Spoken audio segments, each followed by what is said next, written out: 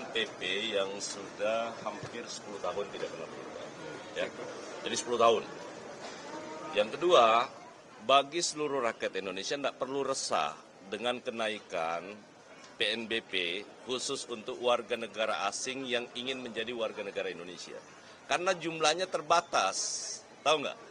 Kira-kira permohonan paling tinggi orang setiap tahun yang mau mendaftar menjadi warga negara Republik Indonesia itu paling tinggi 1.000 sampai 1.500 orang permohonan. Jadi nggak ada pengaruhnya di tingkat masyarakat secara umum. Yang kedua, bagi mereka yang mau jadi warga negara, kan dia harus tinggal di Indonesia selama 5 tahun berturut-turut. Atau 10 tahun tidak berturut-turut. Sudah pasti orang yang punya kemampuan dari sisi finansial. Dan boleh teman-teman bandingkan berapa biaya menjadi warga negara di negara lain dibandingkan kita. Itu dari tarif 50 juta menjadi 75 juta. Dan itu hanya berlaku buat warga negara asing yang mau menjadi warga negara Republik Indonesia. Demikian pula halnya kenaikan tarif untuk pelepasan kewarganegaraan. Kira-kira permohonannya 300 sampai dengan saat ini, ada 300 orang.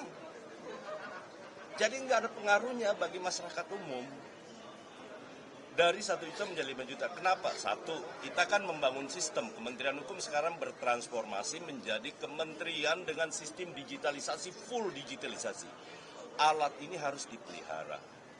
Karena bukan hanya tergantung kepada satu layanan. Kita punya layanan 530 layanan publik yang harus dijaga. Karena itu saya berharap jangan dianggap ini sebuah keputusan yang tiba-tiba, tidak. Yang kedua, bagi mereka yang mau melepaskan kewarganegaraannya, juga pasti orang yang punya kemampuan finansial yang mumpuni. Tapi kita tidak bicara soal siapa yang mampu, siapa yang tidak.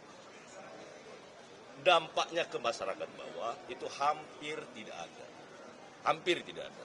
Kalau di sosmed itu bilangnya kayak kalau mau keluar negara aja tuh kayak dirampok gitu Pak. Itu kan bagi mereka, saya bilang bayangkan cuma 300 orang, itu pun belum tentu loh disetujui semua. Yang bermohon menjadi warga negara Indonesia memang semudah itu kita lakukan.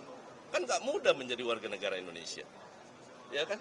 Jadi saya harap juga teman-teman media bisa mensosialisasikan ini dengan bijak, ya, bahwa apapun yang kita lakukan untuk melepaskan kewarganegaraan, sekarang itu kami harus rapat 14 sampai 15 kementerian lembaga. Karena orang yang mau melepaskan kewarganegaraannya dulu mudah, sekarang tidak semudah dulu. Yang pertama, kita harus pastikan bahwa orang yang mau melepaskan kewarganegaraannya tidak ada tunggakan pajak.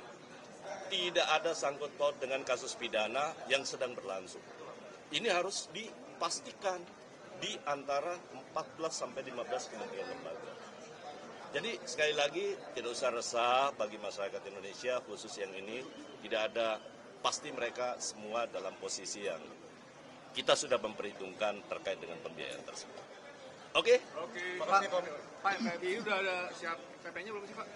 Kan sudah, nanti akan berlaku 1 Agustus ya, karena 30 hari. Jadi PP-nya sudah ada, kemudian pemberlakuannya itu kalau tidak salah 1 Agustus atau 22 Agustus. Kalau lokasinya sendiri Pak? Ya? Lokasinya? Lokasi apa? PBI Pusat Keuangan Oh bukan, ini yang tadi, yang kalau yang tadi kan baru undang-undangnya, masa tiba-tiba ada PP? Ya?